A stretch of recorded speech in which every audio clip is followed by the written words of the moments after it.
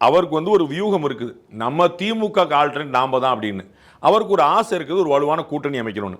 பாஜகவோட அவன் அமைக்க மாட்டார், அளவுக்கு பிரச்சனை இல்லை. பாஜகவை இரலவெண்ட் ஆக்கிறதுக்கு ட்ரை பண்ணுவார். பாஜக சம்பந்தம் இல்லாத கட்சி நாங்கள் பார்ப்பாங்க. பாஜக பற்றி மட்டும் இல்லை, பாமக பற்றியும் பேசல, நாம் தமிழர் பற்றியும் பேசல, வேற காங்கிரஸ் பற்றி, இப்படி பல கட்சிகளை பற்றி பேசலாம். இப்போ திமுக அரசு தான் பேசணும். அப்போ வந்து இன்னைக்கு என்ன கேள்வி வரும்? டிஎம்கேவை எதிர்க்கிறதுக்கான வல்லமை யார்கிட்ட இருக்குங்கிற கேள்வி வரும்.